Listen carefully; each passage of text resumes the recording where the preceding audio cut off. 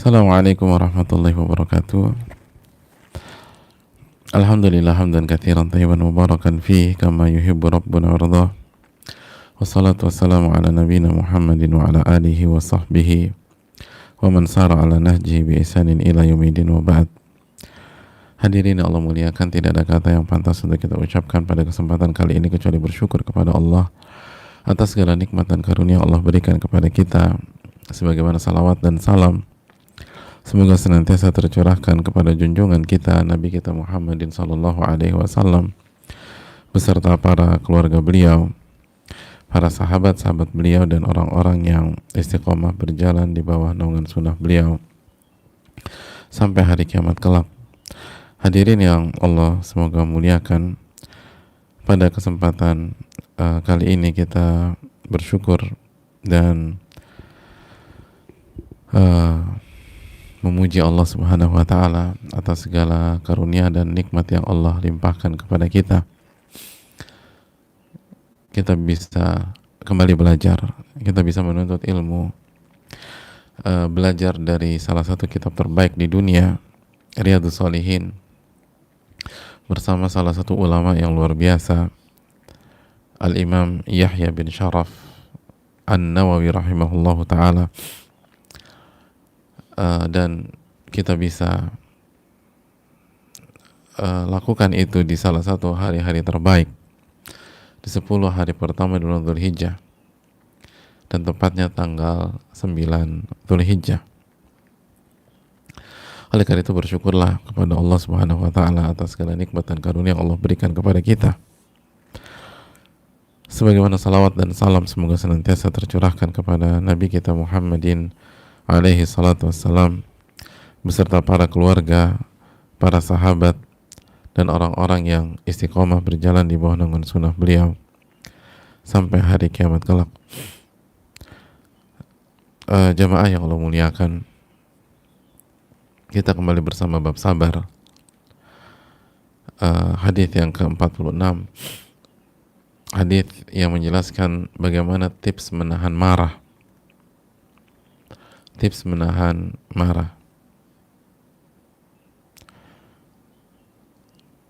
Ini hal yang penting karena kita tahu marah itu menjadi penyebab berbagai macam kemungkaran, berbagai macam kezaliman, kecelakaan dan kehancuran. Maka upaya untuk menghilangkan akar masalah sangat diperlukan, dan akar masalahnya adalah marah. Akar masalahnya adalah marah. Dan di hadis inilah kita mendapatkan tips langsung dari Rasul Sallallahu Alaihi Wasallam. Ini tips bukan dari seorang ulama lagi, bukan dari seorang expert lagi, tapi langsung dari Nabi Sallallahu Alaihi Wasallam. Kita bersama hadis Sulaiman bin Surad. Mari kita sama-sama menikmati hadis ini. Berkata Imam An-Nawawi rahimahullahu ta'ala, semoga Allah merahmati beliau, keluarga beliau, orang tua beliau, orang-orang yang beliau cintai, dan seluruh umat Islam. Wa'an Sulaiman bin Surad, beliau mengatakan, dan dari Sulaiman bin Surad radhiyallahu ta'ala anhu, qala kuntu jalisan ma'an Nabi sallallahu alaihi wasallam, aku duduk bermajlis dengan Nabi sallallahu alaihi wasallam, wa rajulani yastabbani, dan ada dua orang yang saling mencela. Ada dua orang yang saling mencela. Si A mencela si B, B mencela si A, saling mencela. Wa ahduma qad ihmarra wajhuhu wa intafaqat awdajuhu, dan salah satu di antara dua orang ini wajahnya udah memerah dan urat lehernya sudah menegang. Faqala Rasulullah sallallahu alaihi wasallam, maka Rasulullah sallallahu alaihi wasallam menyampaikan, inni la a'lamu kalimatan law qalaha la dhahaba anhu ma yajid, sesungguhnya aku mengetahui sebuah kalimat yang apabila dibaca oleh orang tersebut, maka ia atau apa yang dia rasakan akan hilang. Apa yang dia alami akan hilang. Marahnya akan hilang. Marahnya akan reda. Marahnya akan teredam. Saya tahu sebuah kalimat yang apabila dibaca oleh orang yang lagi marah tersebut, yang wajahnya memerah dan urat lehernya menegang, itu bisa menghilangkan emosi tersebut. Itu bisa menghilangkan emosi tersebut, menghilangkan amarah itu. Satu kalimat, jemaah. Satu kalimat. Apa kalimat tersebut? Mari kita simak. Nabi SAW mengatakan, "Lau qala a'udzu billahi minasyaitonir rajim, dhahaba anhu ma yajid." Kalau dia membaca a'udzu billahi minasyaitonir rajim. Sekali lagi, kalau dia membaca a'udzu billahi minasyaitonir rajim, dhahaba anhu ma yajid, maka marahnya akan hilang. Apa yang dia rasa itu akan hilang dari dirinya. Faqala lahu, faqalu lahu, maka orang-orang yang mendengar sabda Nabi SAW di atas itu menyampaikan ke orang itu yang lagi marah, inna Nabi SAW qal, sesungguhnya Nabi SAW bersabda dan menyampaikan, ta'awwadz billahi minasyaitonir rajim, ucapkanlah a'udzu billahi minasyaitonir rajim. Muttafaqun alaih. Hadis diriwayatkan Imam Bukhari dan Muslim. Hadirin Allah muliakan, itulah tips dari Nabi SAW. A'udzu billahi minasyaitonir rajim.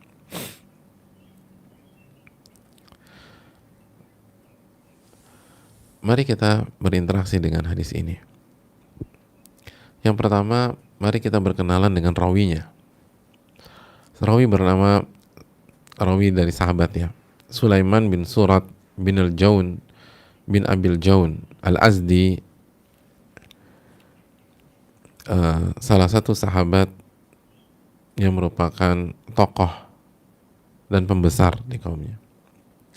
Jadi Sulaiman bin Surat. Dan Sulaiman bin Surat ini itu nama aslinya Yasar. Yasar.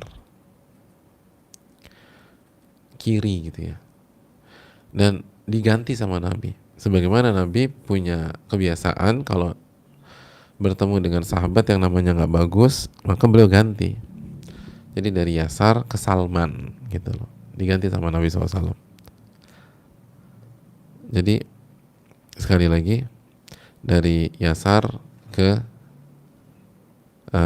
Sulaiman, mohon maaf, bukan ke Salman ya, Sulaiman bin Surat. Jadi dari Yasar ke Sulaiman, Sulaiman bin Surat. Dan itu sunnah Nabi SAW. Dapat nama buruk, ganti. Dapat nama buruk, ganti. Dan begitu juga kita, kalau kita merasa nama kita buruk, coba dipikirkan untuk ganti, gitu loh. Misalnya ada orang namanya Fir'aun, ya diganti lah, jangan Fir'aun gitu loh. Ada namanya Jahannam. Kenapa Jahannam? Ibu saya tuh terinspirasi dengan Al-Quranul Karim. Itu Jahannam tuh neraka namanya. Ada namanya Al-Baqarah, karena merasa itu surat yang bagus. Iya, surat bagus, tapi jangan dikasih Al-Baqarah itu sapi betina gitu loh. Jadi itu yang perlu kita camkan. Kalau namanya tidak bagus atau kurang tepat, sebaiknya kita ganti dari Yasar ke Sulaiman. Dan hadirin Allah, Sulaiman bin Surat bin Al-Jaun bin Abil Jaun itu salah satu sahabat yang tinggal di Kufah, dan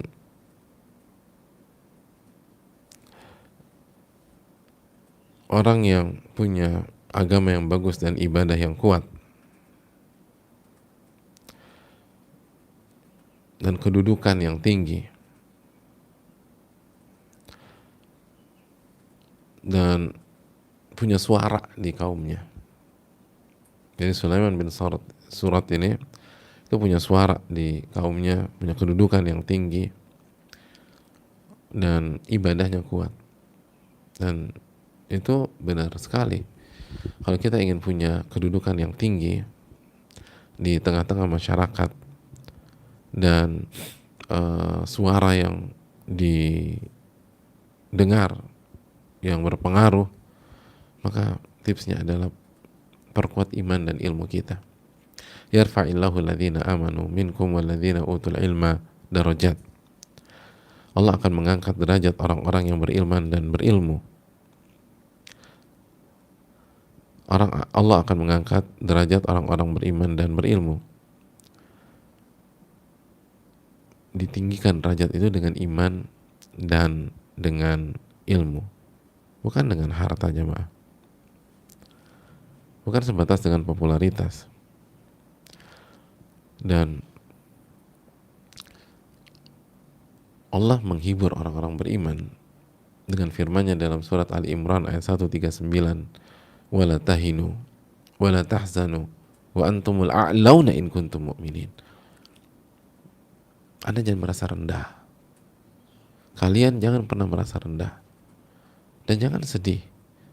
Wa antumul a'launa in kuntum mu'minin. Dan kalian itu tinggi jika kalian beriman kepada Allah Subhanahu wa taala. Jadi kalau kalian beriman, jangan pernah merasa rendah. Jangan minder. Jangan sedih. Karena kalian itu tinggi. Wa antumul a'launa in kuntum mu'minin. Kalian itu tinggi. Dan bukan juga menyombongkan diri, tidak. Tapi kita bermain sesuai dengan level yang Allah berikan kepada kita. Jangan minder. Walaupun kita nggak punya uang, kita di PHK, status sosial kita buruk, atau status ekonomi kita buruk di tengah-tengah keluarga besar kita, salary yang paling kecil ya kita. Tapi selama kita beriman, bertakwa pada Allah, jangan merasa rendah. Jangan pernah merasa rendah.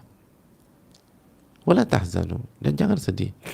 Wa antumul a'launa in kuntum mu'minin. Kalian itu tinggi jika kalian beriman.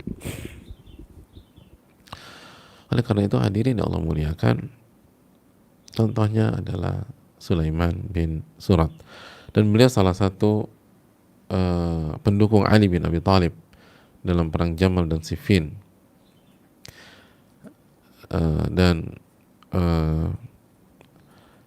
Hadirin yang Allah muliakan, dan Sulaiman bin Surat itu wafat di tahun ke-65 Hijriah di bulan Rabiul Awal. Itulah kira-kira gambaran perawi kita Sulaiman bin Surat. Sekarang kita masuk ke faedah hadis tersebut. Kuntu jalisan ma'an Nabi sallallahu alaihi wasallam.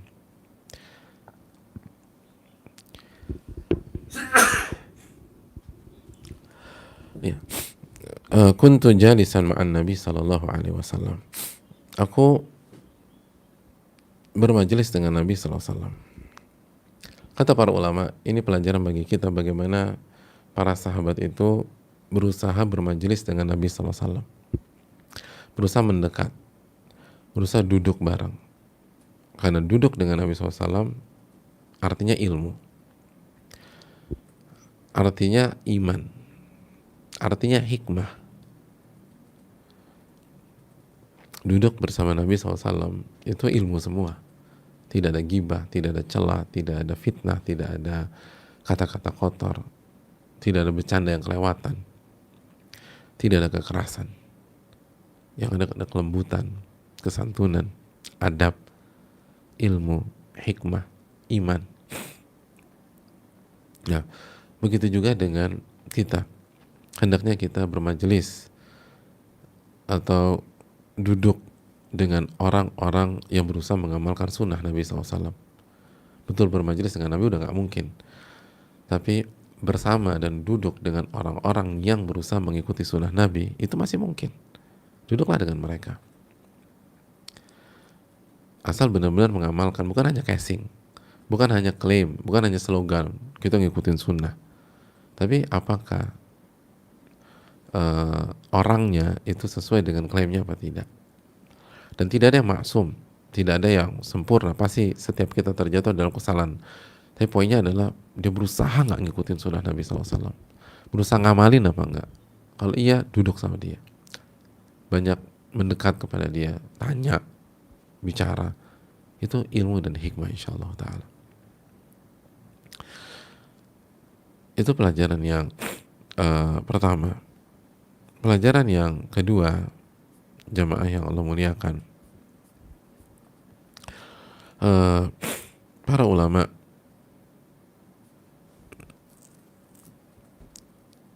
menjelaskan bahwa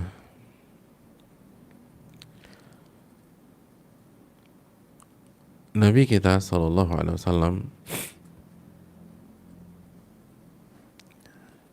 itu senantiasa berusaha memberikan resep yang cocok di setiap masalah.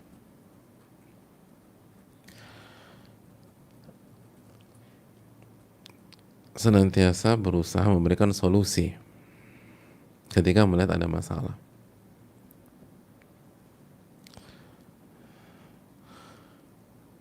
Dan resep beliau sangat jitu. Beliau masuk ke akar masalahnya. Bukan hanya sekedar kulitnya, casingnya, permukaannya, tapi akar masalah.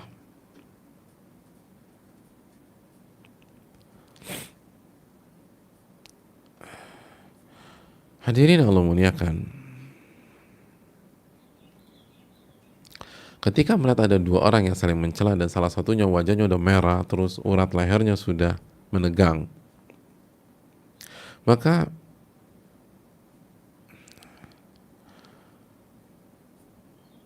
tipsnya adalah hilangkan amarah tersebut. Sebelum kita bicara, duduk masalahnya, duduk yang dipeributkan tuh apa?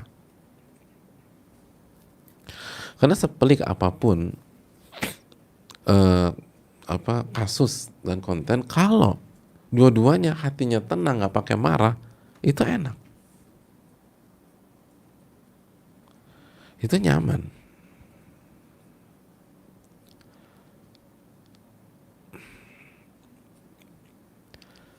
Jadi yang membuat orang menegang itu seringkali bukan karena kasusnya berat atau ringan. Kita tahu di banyak daerah cuman gara-gara uang 5.000, 10.000 tuh bisa tusuk-tusukan. Hadirin Allah muliakan. Jadi yang menjadi PR itu marahnya. Yang menjadi PR itu marah. Kalau marah, masalah kecil aja bisa rame. Dan masalah besar tanpa marah itu bisa kecil.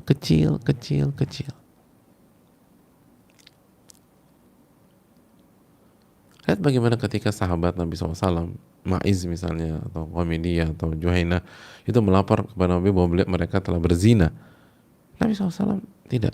Ketika Nabi bisa menghilangkan amarah dan mengendalikan, Nabi menyelesaikan dengan tenang saja. Setelah perang Uhud, itu masalah besar, kekalahan, korban 70 orang.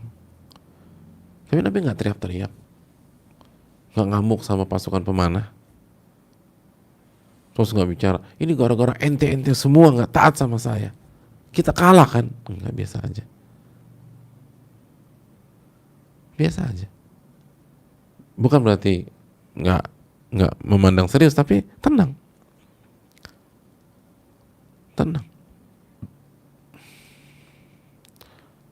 Padahal perang Uhud kerugiannya besar sekali jamaah. Sulhul Hudaybiyah yang terkesan merugikan, Nabi tenang. Sallallahu alaihi wasallam. Ketika Aisyah difitnah, Nabi tetap juga tenang, bisa mengontrol, walaupun berat sekali pada saat itu. Jadi hadirin Allah muliakan,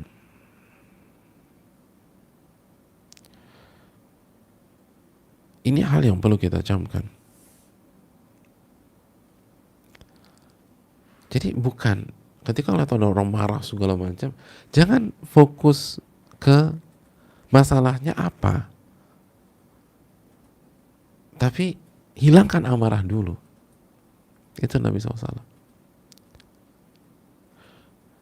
Hilangkan amarah dulu, baru kita bahas masalahnya apa. Hilangkan amarahnya dulu. Oke, jangan ada marah. Siap, setuju? Ya, alhamdulillah, tenang. Oke, ini masalahnya apa? Ya, kita dalam kehidupan rumah tangga banyak kita berantem ribet tuh, jelimet. Itu karena gara-gara masalah-masalah kecil. Karena masalah-masalah kecil. Bukan masalah besar yang pelik, masalah kecil. Masalah taruh handuk di mana lah kadang-kadang. Sepatu hilang. Maksudnya bukan hilang, salah naruh gitu. Kunci mobil nggak ketemu-ketemu. Gitu. Istri pulang lupa isi bensin, suami begitu empty tank marah.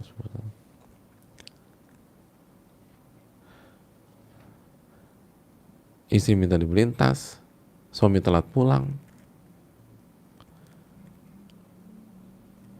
Kita belum masuk benar atau salah ya, tapi kalau disikapi dengan tanpa marah, itu akan banyak terurai. Itu akan banyak hal yang terurai.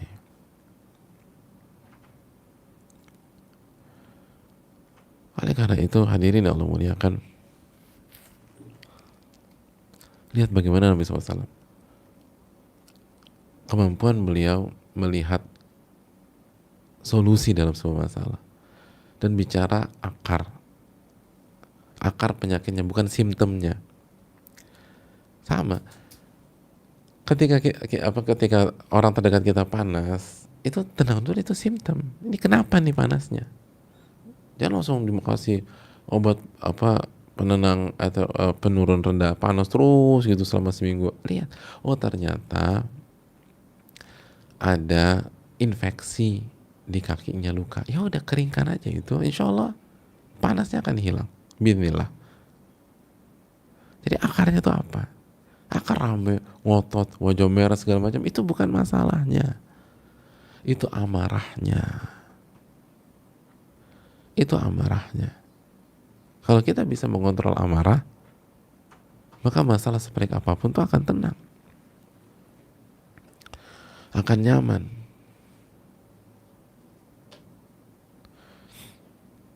Itu luar biasa.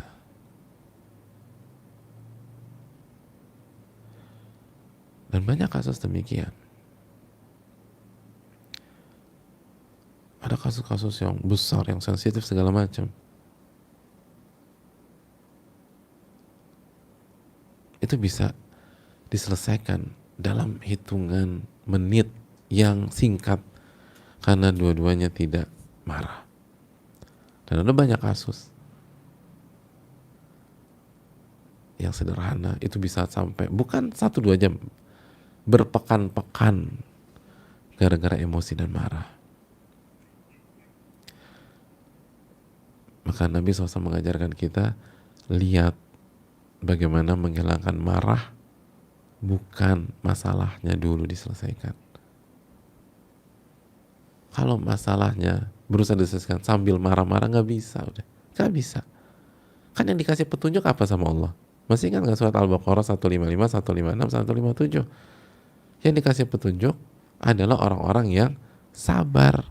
Wabasyiris sabirin alladzina idza asabathum musibatun qalu inna lillahi wa inna ilaihi raji'un ulaika alaihim salawatum min rabbihim wa rahmah wa ulaika humul muhtadun. Jadi berilah kabar gembira kepada orang-orang yang sabar di akhir 157-nya, dan mereka adalah orang-orang yang mendapatkan petunjuk. Untuk menyelesaikan banyak masalah kita butuh petunjuk gitu. Kita butuh hidayah, petunjuk dari Allah. Yang dikasih petunjuk dan hidayah itu yang sabar, bukan yang marah-marah. Gak ada orang-orang yang marah-marah itu, marahlah kalian, niscaya akan dapat petunjuk. Itu ayatnya surat berapa, ayat berapa? Yang dapat petunjuk itu yang sabar, yang nahan. Maka biar masalah selesai, kita tahan dulu emosi kita.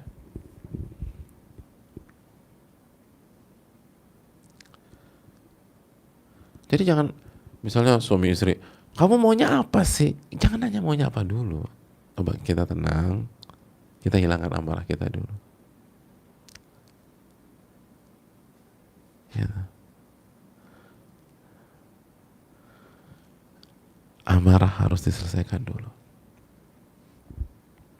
Baru mari kita bicara. Jadi amarah selesaikan dulu, udah semua selesai. Oke, kita bicara. Apa masalahnya? Itu hadirin. Itu konsep yang diajarkan Nabi SAW kepada kita. Ini luar biasa. Ini luar biasa.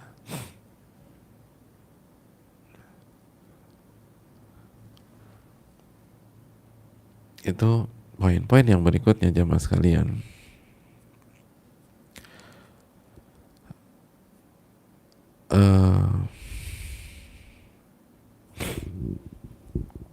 Pelajaran yang berikutnya bahwa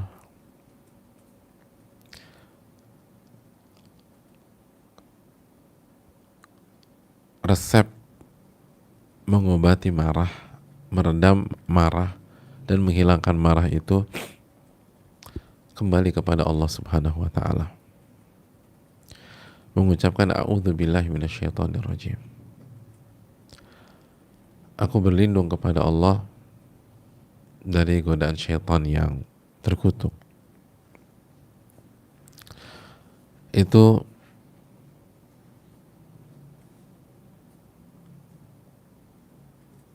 resep terampuh. Resep terampuh. Makanya Imam Nawawi rahimahullah ta'ala menyatakan innal ghadaba min naza'ati syaitan. Marah itu bagian dari godaan-godaan syaitan, serangan-serangan syaitan. Jadi cara menghilangkannya ta'awudz, minta perlindungan kepada Allah dari godaan syaitan. Ta'awudz. A'udzubillahi minasyaitonirrajim. Begitu kita terpancing, kita marah sama anak kita, baca a'udzubillahi minasyaitonirrajim. Kita pengen marah sama supir kita karena dia salah jalan. Udah salah jalan, masuk ganjil genap. Hari ini ganjil, plat kita genap, udah semua kena deh. A'udzubillahi minasyaitonirrajim. A'udzubillahi minasyaitonirrajim. Itulah resep menahan marah. Hadirin Allah muliakan. Mungkin ada yang bertanya,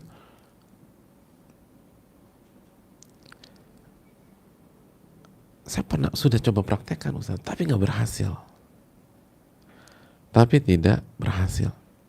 Nah, apa yang salah dong jamaah? Maka ada yang bilang, justru suami saya tambah marah Ustaz. Emang gimana caranya Mbak? Iya pasti saya kan marah, dia juga marah, lagi rame nih. Ya udah aku ingat aja kajian waktu itu. Aku bilang depannya, a'udzubillahi minasyaitonirrajim. Dia ngamuk. Emangnya gue setan apa? Tambah marah Ustaz, bukan selesai.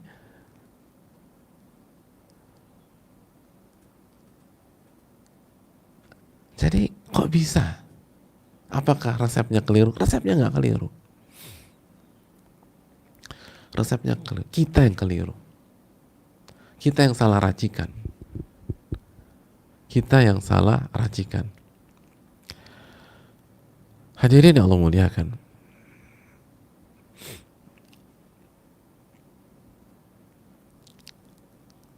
Simak apa yang dikatakan ulama kita. Seperti yang dijelaskan At-Tufi. Beliau, Imam At-Tufi menyatakan, aqwal asya' fi daf'il ghadabi istihdharu tauhidil haqiqi.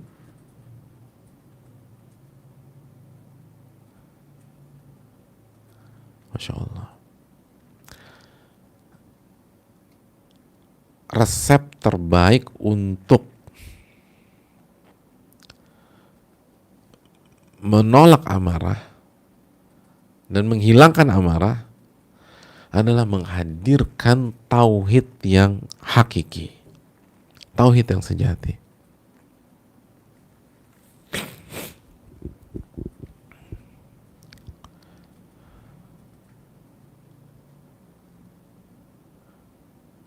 Itu tauhid yang sejati. Jadi, a'udzubillahi minasyaitonirrajim itu bukan sebatas kalimat. Ini tentang tauhid. Ini tentang tauhid.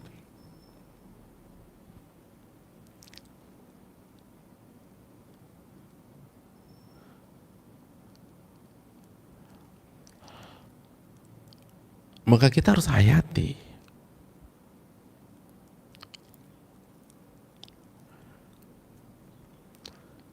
Kata At-Tufi rahimahullah, wa huwa alla fa'ila illallah. Bahwa semua yang terjadi ini adalah perbuatan Allah Subhanahu wa taala. Wa kullu fa'ilin ghairuhu fahuwa alatun lah.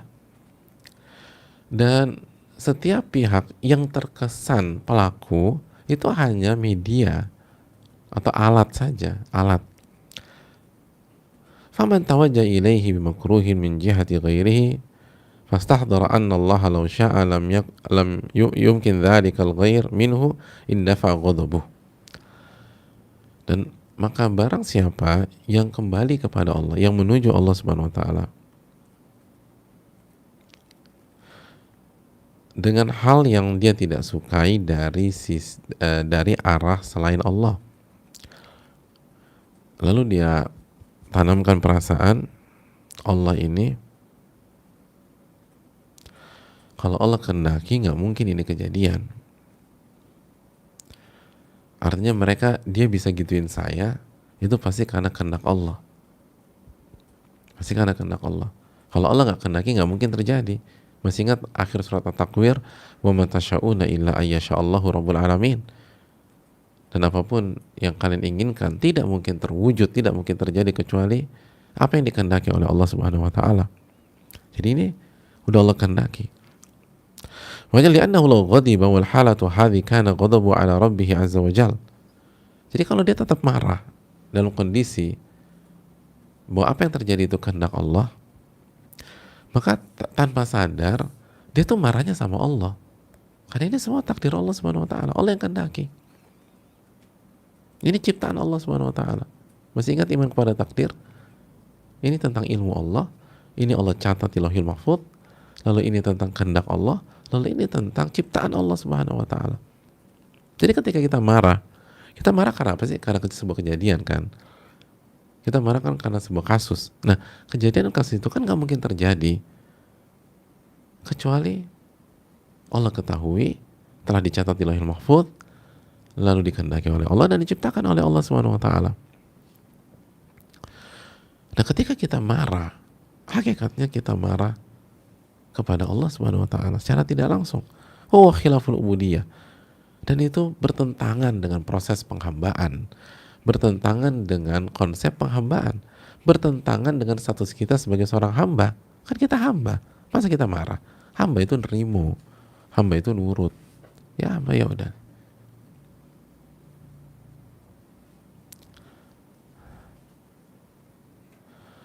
Hadirin Allah muliakan.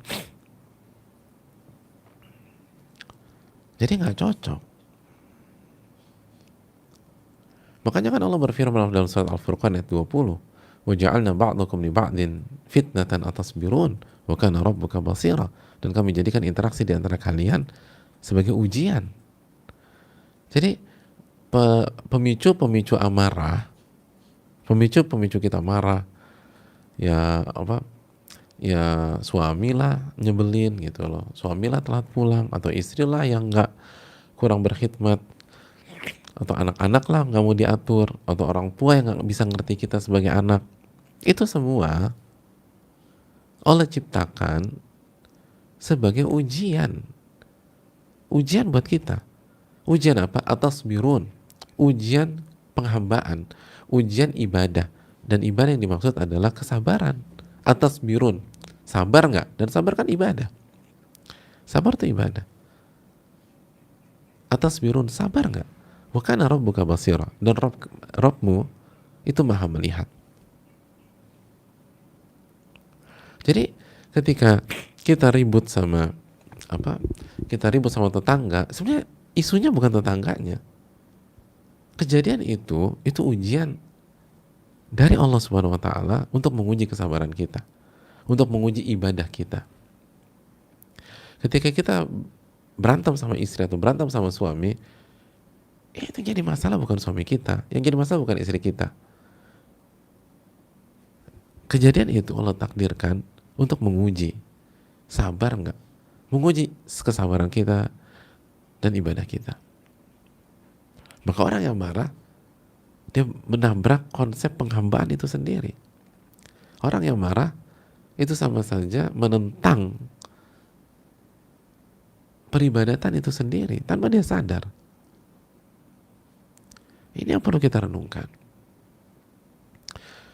Kembali kepada surat Adz-Dzariyat 56. Awal dari semua ini terjadi. Wa ma khalaqtul jinna wal insa illa liya'budun. Tidaklah aku ciptakan jin dan manusia kecuali untuk beribadah. Kecuali untuk beribadah.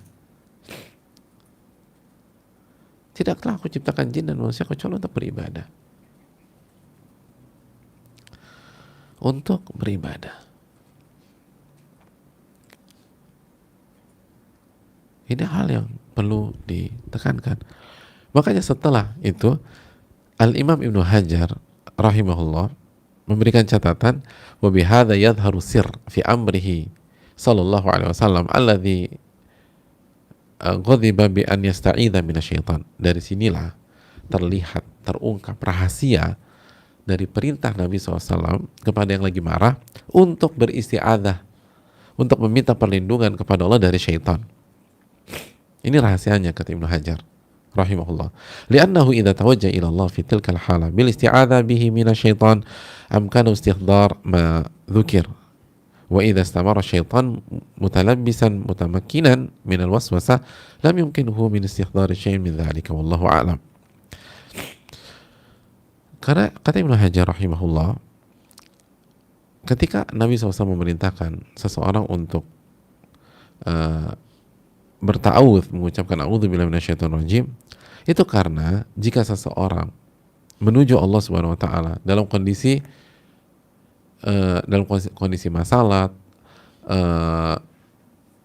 terprovokasi emosi dan amarah, lalu dia kembali kepada Allah Subhanahu wa taala dengan beristi'adzah dari syaitan, maka ketika dia kembali kepada Allah, itu memungkinkan dia menghadirkan perasaan apa yang dijelaskan Imam At-Tufi tadi. Bahwa ini ibadah.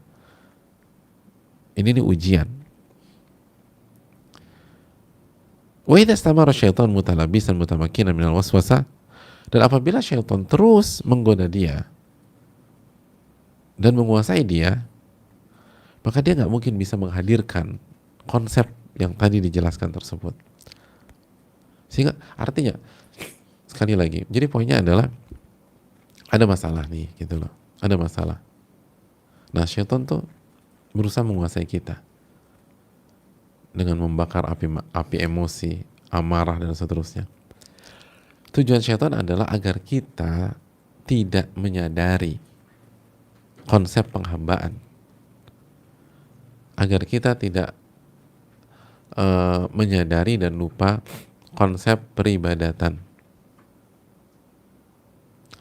agar kita lupa apa tujuan hidup kita, lupa hal yang sangat sederhana, dan kita lupa hal yang sangat basic dalam kehidupan ini. Apa sih tujuan hidup kita? Beribadah kan? Nah, begitu kita lupa, maka kita akan terpancing. Kita akan terpancing.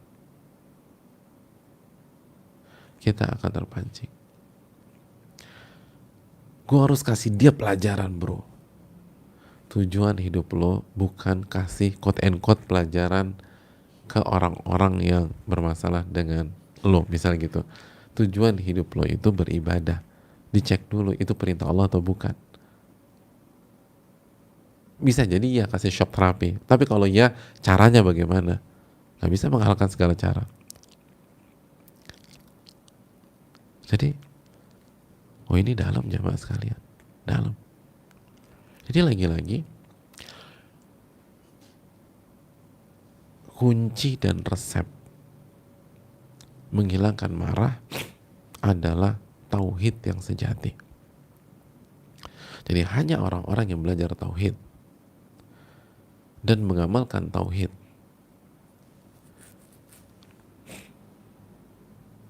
orang-orang yang bisa menahan marah, yang tenang, yang sabar, yang tidak terprovokasi.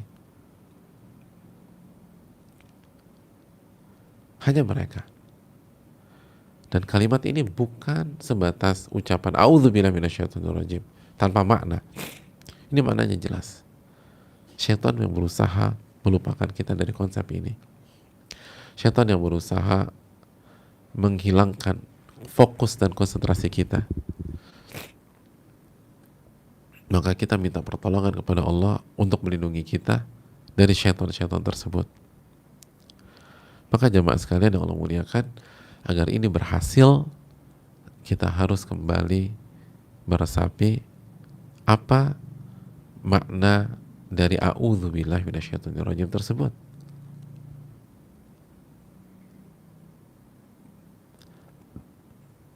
Karena ini bukan hanya sekedar baca, tapi ada maknanya. Dan telah kita bahas waktu kita membahas kajian tafsir di Ramadan ya, bahwa Al-Imam Ibnul Qayyim menyatakan a'udzu itu bermakna yang pertama sitar, penghalang, pembatas. Penghalang dan pembatas.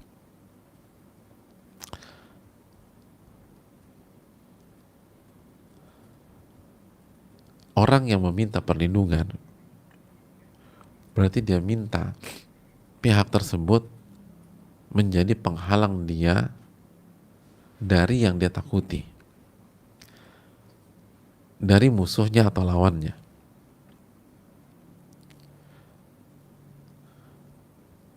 Maka orang yang mengucapkan a'udzubillahi minasyaitonirrajim, ya Allah, aku berlindung kepada Engkau dari syaitan yang terkutuk, maka dia akan selalu berusaha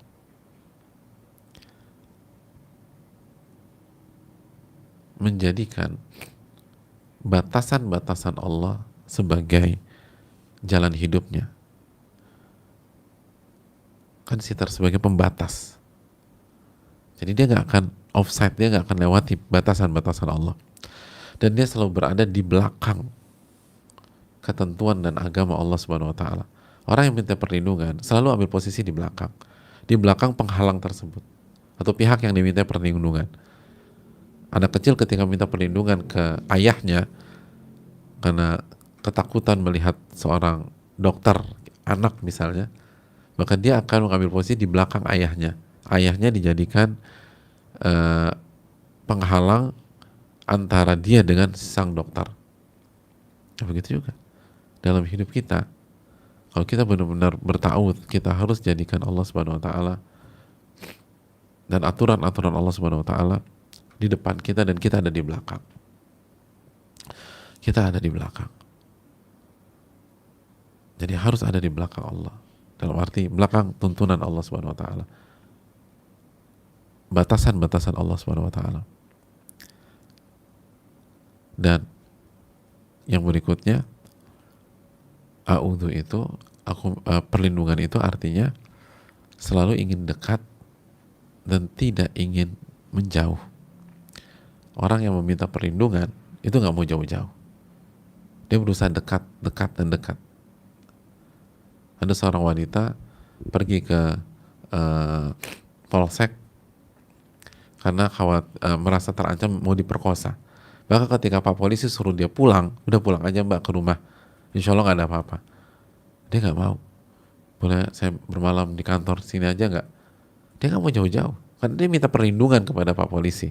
Maka dia nggak mau jauh-jauh dari polisi dan kantor polisi. Dan begitu juga orang yang benar-benar mengucap a'udzubillahi minasyaitonirrajim. Pertanyaannya, sudahkah kita mendekat kepada Allah? Kan kita minta perlindungan kepada Allah. Yang minta perlindungan mendekat dong. Rajin ibadah.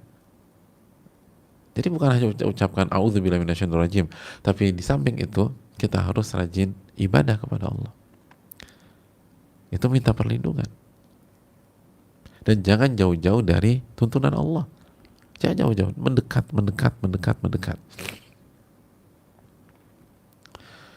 Nah, kalau kita bisa terapkan ini, maka insya Allah Allah akan jaga kita dari syaitan. Dan kalau Allah jaga kita dari syaitan, maka kita bisa fokus dan konsentrasi untuk memahami bahwa kejadian ini atau kasus ini hanyalah ujian penghambaan dan ujian ibadah dari Allah kepada kita, sehingga kita sikapi dengan sabar dan beribadah kepada Allah Subhanahu wa taala. Itu poinnya. Jadi bukan hanya auzubillahi minasyaitonir, bukan auzubillahi minasyaitonir, bukan auzubillahi minasyaitonir tanpa ada makna. Ini maknanya dalam. Sekali lagi, resep terbaik untuk menghilangkan amarah adalah tauhid. Tauhid yang sejati. Makanya kita disuruh meminta perlindungan kepada Allah dari syaitan. Karena syaitan yang menghilangkan konsentrasi tersebut. Oleh karena itu jamaah sekalian, ini yang hendaknya kita amalkan. Begitu ada pemicu amarah, ingat, baca a'udzubillahi minasyaitonirrajim. Mendekat kepada Allah. Dan jangan jauh-jauh kepada Allah. Minta perlindungan kepada Allah. Berada di belakang agama Allah Subhanahu wa taala. Nanti Allah akan urai dan kita bisa tujuan ini semuanya hanya ingin menguji ibadah kita dan kesabaran kita. Maka fokus sabar dan ibadah, maka semua insya Allah akan terurai. Semua akan diberikan jalan keluar. Inna nasra ma'as sabar. Sesungguhnya kemenangan bersama kesabaran. Begitu kita digelapkan oleh syaitan, maka kita lupa konsep ini, dan begitu lupa konsep ini, kita akan salah melangkah, dan begitu salah melangkah, langkah yang mengedepankan ego, amarah, emosi, maka akhirnya menimbulkan masalah baru yang seringkali lebih parah daripada yang sebelumnya, dan sehingga menjadi benang kusut yang tidak bisa diurai. Itu yang perlu kita camkan jamaah sekalian. Semoga bermanfaat, dan ini luar biasa. Ternyata bukan hanya sekedar ucapan a'udzubillahi minasyaitonirrajim tanpa makna, tanpa arti, tapi maknanya sangat dalam sebagaimana dijelaskan Imam Tufi, dijelaskan Ibnu Hajar, dijelaskan Nawawi tadi, dan para ulama-ulama lain rahimahumullahu ta'ala. Ini yang bisa disampaikan. Dan sebelum kita tutup, saya ingin ingatkan bahwa kita berada di hari yang luar biasa, tanggal 9 Dzulhijjah, dan mulai dari subuh tadi kita tahu para ulama menganjurkan kita untuk bertakbir muqayyad setiap selesai sholat wajib. Maka sudah bisa kita baca di pagi tadi subuh, nanti zuhur, lalu ba'da asar, ba'da maghrib, sampai di hari ke-13 ba'da asar. Di hari ke-13 ba'da asar. Lalu juga bertakbirlah takbir mutlak dimanapun dan kapanpun, selagi kita punya kesempatan bertakbir kepada Allah Subhanahu wa ta'ala. Dan sekali lagi, jangan lupa kita berpuasa di hari ini, puasa Arafah yang menghapuskan dosa setahun ke belakang dan setahun ke depan. Dan jangan lupa juga bahwa hari ini hari Kamis. Hari ini adalah hari Kamis juga, dan Kamis hari yang luar biasa. Pintu surga dibuka oleh Allah Subhanahu wa ta'ala dan amalan diangkat. Dan ada puasa Senin Kamis, jadi kita bisa gabungkan antara puasa Arafah dan puasa Kamis insyaallah ta'ala. Apalagi kita tahu niat puasa sunnah itu bisa setelah subuh, selama kita tidak makan atau selama kita belum makan atau tidak makan dari subuh tersebut. Jadi sekali kita bisa gabungkan dua niat antara Arafah dan Kamis, sehingga pahala semakin besar Lalu perbanyak ibadah di hari ini, perbanyak zikir kepada Allah, perbanyak takbir. Ini hari yang luar biasa, hari yang luar biasa. Lalu banyak doa kepada Allah Subhanahu Wa Taala. Dari khususnya kapanpun kita bisa berdoa, kapanpun. Tapi khususnya pada zuhur sampai maghrib. Dan itu yang dilakukan oleh sebagian para salaf, sebagian para ulama klasik kita, seperti Abdullah bin Abbas ketika berada di Basrah. Lalu itu juga dilakukan oleh Yahya bin Ma'in, dilakukan juga oleh Imam Muhammad bin Munkadir, dan Imam Ahmad ketika ditanya tentang hal ini, beliau mengatakan la ba'asa, gak ada masalah. Dan doa yang luar biasa di hari ini jamaah sekalian. Maka mintalah kepada Allah, mulai dari hal-hal yang dianggap sepele maupun hal-hal besar. Dan banyak orang sudah membuktikan, banyak orang yang sudah membuktikan. Ada jamaah itu beliau sakit pinggang, itu doa kepada Allah Subhanahu Wa Taala, Allah hilangkan sakit pinggangnya. Subhanallah, Allah hilangkan sakit pinggangnya. Cuma sederhana, sakit pinggang dihilangkan oleh Allah. Saya tahu juga ada jamaah haji di duha, belum masuk zuhur loh ya, duha, dia nggak dapat tenda, dia doa sama Allah Subhanahu Wa Taala, lalu dia dapat tenda yang luar biasa pada saat di Arafah. Sampai orang mendoakan orang tuanya, dan orang tuanya dapat hidayah di hari tersebut. Oleh karena itu, mintalah, dan mintalah. Ini hari yang luar biasa. Khairu doa yaumi Arafah, sebaik-baik doa adalah doa pada hari Arafah. Doa pada hari Arafah bagi yang wukuf, tapi juga tidak menutup kemungkinan bagi yang tidak haji, sebagaimana keterangan Imam Ahmad, Yahya bin Ma'in tadi, Al-Hasan, lalu praktek dari Abdullah bin Abbas, dan lain-lain. Dan juga ini fatwa Syekh Fauzan dan ulama-ulama yang lain. Oleh karena itu jamaah sekalian, maksimalkan. Kita berada di hari yang sangat spesial. Aku qouli hadza wa astaghfirullah wa lakum. Subhanakallahumma wa bihamdika, la ilaha illa anta, astaghfiruka wa atubu ilaik. Assalamualaikum warahmatullahi wabarakatuh.